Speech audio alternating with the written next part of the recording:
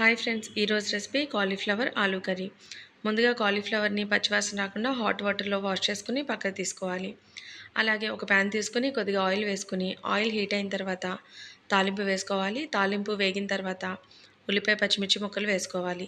ఇవి కూడా కొద్దిగా వేగిన తర్వాత ఉప్పు పసుపు వేసుకుని కాలీఫ్లవర్ బంగాళదుంప ముక్కల్ని వేసేసుకోవాలి. ఇవి కూడా బాగా వేగనివ్వాలి.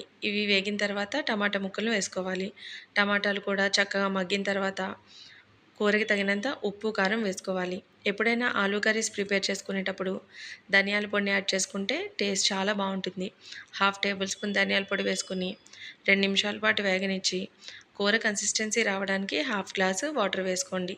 ఎక్కువ వాటర్ వేసుకుంటే కూర టేస్ట్ బాగోదు.